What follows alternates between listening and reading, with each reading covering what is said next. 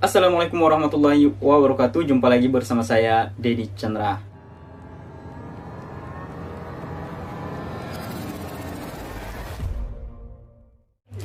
Oke teman-teman, dimanapun berada, semoga saja teman-teman dalam keadaan sehat walafiat, dijauhkan dari segala penyakit dan mara bahaya. Di video kali ini saya akan nge-share lagi kepada teman-teman semua seputar PPG. Saya akan nge-share kepada teman-teman semua tentang kisi-kisi UP UKM PPG periode 1 tahun 2020. Semoga saja video ini memberikan manfaat kepada teman-teman semua yang lagi butuh persiapan menghadapi ujian pengetahuan PPG 2020. Namun sebelum kita lanjut, seperti biasa saya ingatkan kepada teman-teman semua untuk selalu memberikan dukungannya di channel ini dengan cara klik tombol subscribe. Ingat, subscribe itu adalah gratis. Semoga kebaikan teman-teman semua dibalas oleh Allah Subhanahu wa taala. Tanpa berlama-lama lagi, ini dia kisi-kisinya. Kisi-kisi UP UKM PPG Pendidikan Guru Sekolah Dasar periode 1 tahun 2020. Yang pertama, menerapkan prinsip operasi hitung bilangan pecahan. Yang kedua, merancang pembelajaran matematika sekolah dasar dengan menerapkan pendekatan berbasis konstruktivisme. Yang ketiga, menganalisis karakteristik suatu kasus pembelajaran matematika SD. Yang keempat, menyusun soal yang mengukur kemampuan berpikir matematik tingkat tinggi. Yang kelima, menyelesaikan masalah yang berkaitan dengan persamaan kuadrat. Menyelesaikan masalah yang berkaitan dengan kesebangunan pada segitiga atau segi empat. Menyelesaikan masalah yang berkaitan dengan ukuran pada bangun ruang. Menarik kesimpulan matematis dengan menggunakan penalaran logis. Memecahkan masalah sehari-hari yang berkaitan dengan teknik membilang. Menganalisis data statistik secara deskriptif yang meliputi penyajian, ukuran, pemusatan, dan penyebaran serta nilai baku. Yang ke-11, menentukan rumus dari suatu pola bilangan. Memecahkan masalah yang berkaitan dengan grafik fungsi polinomial maksimal berderajat 3.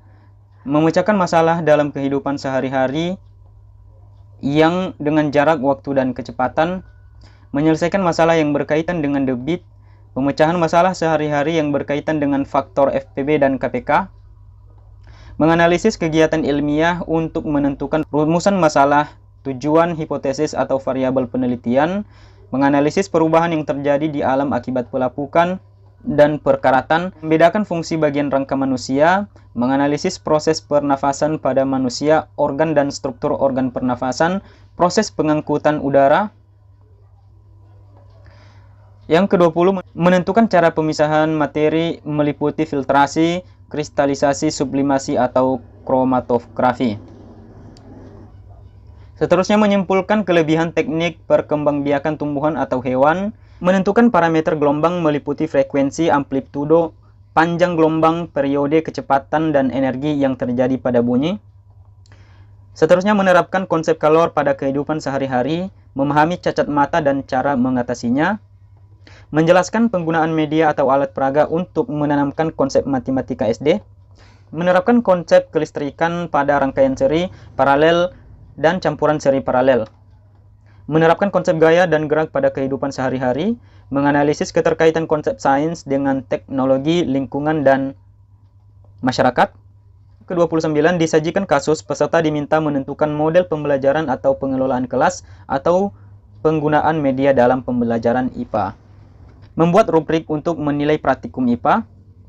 Seterusnya, disajikan kasus, peserta diminta menentukan rumusan masalah dan pemecahannya sesuai dengan permasalahan yang dihadapi di kelas.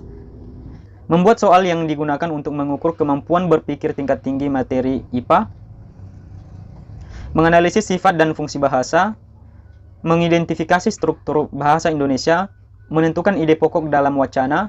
Menerapkan pendekatan analitis dalam mengapresiasi puisi anak-anak secara reseptif. Menganalisis ruang lingkup dan tujuan pembelajaran bahasa Indonesia di SD berdasarkan kurikulum dan tekno-pedagogical content knowledge atau TPACK di SD. Seterusnya, merancang perencanaan pembelajaran bahasa Indonesia SD yang meliputi indikator, tujuan, metode, proses, materi, media, dan penilaian. Seterusnya menganalisis penerapan pembelajaran bahasa Indonesia SD yang mendidik dan inovatif sesuai tuntutan abad 21. Seterusnya merancang instrumen penilaian dalam pembelajaran bahasa Indonesia yang bersifat otentik, holistik yang mencakup ranah sikap, pengetahuan, dan keterampilan. Seterusnya mengembangkan peran konsep ilmu-ilmu sosial dalam materi IPS SD. Menerapkan nilai-nilai yang dikembangkan IPS SD dalam kehidupan sehari-hari. Menguraikan berbagai pendekatan dalam pembelajaran IPS SD, menggunakan lingkungan sekitar sebagai sumber belajar IPS SD, menyusun fakta, konsep, dan generalisasi dalam pembelajaran IPS SD, mengidentifikasi permasalahan sosial yang ada di lingkungan masyarakatnya, menganalisis konsep ruang dan waktu dalam dinamika kehidupan global, menganalisis adanya saling ketergantungan antara manusia dengan lingkungan dalam dinamika kehidupan global, menganalisis permasalahan kebinekaan masyarakat secara krisis dan kreatif melalui berbagai kegiatan sosial, menganalisis fenomena interaksi dalam perkembangan iptek dan perkembangan masyarakat pada kehidupan global.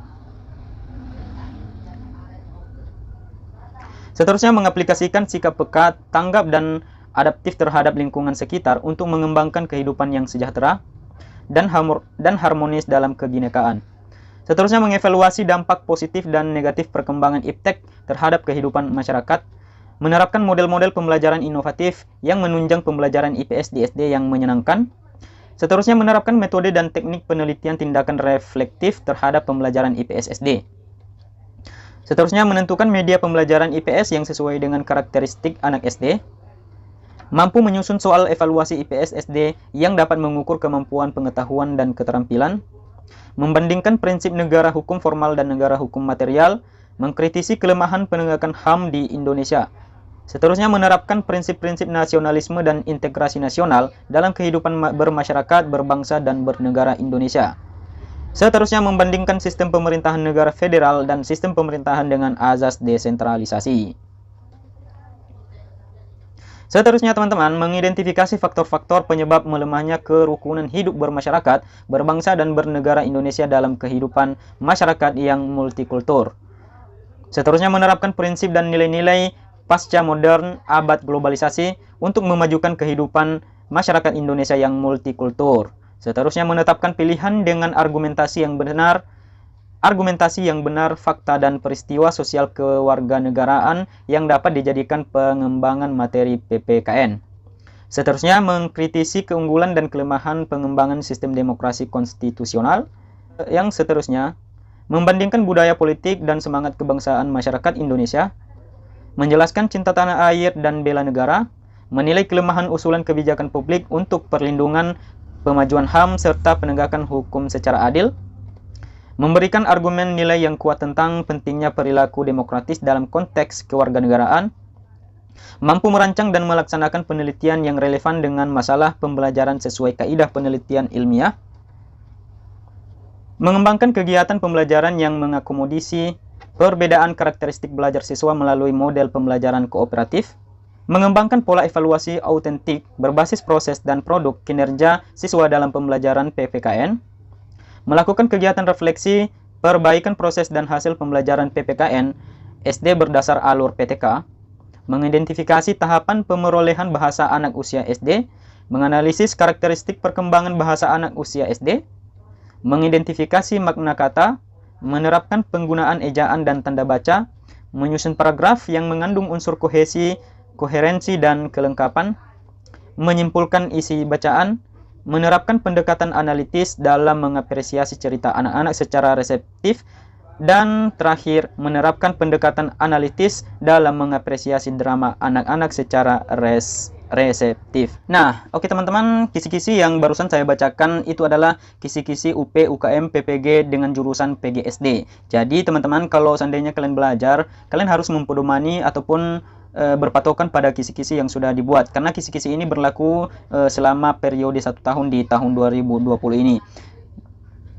Jadi teman-teman bisa mempelajari segala materi-materi yang berkaitan dengan kisi-kisi ini, karena menurut pengalaman saya, soal-soal yang keluar di ujian pengetahuan nantinya sesuai dengan kisi-kisi yang telah dikeluarkan. Jadi Semoga video kali ini dapat memberikan manfaat kepada teman-teman semua. Saya doakan agar teman-teman semua diperlancar untuk mengikuti PPG ini hingga nantinya UP dapat nilai yang bagus sehingga dinyatakan lulus dan berhak mendapatkan sertifikat pendidik. Amin amin ya rabbal alamin. Sampai jumpa di video saya selanjutnya. Wassalamualaikum warahmatullahi wabarakatuh.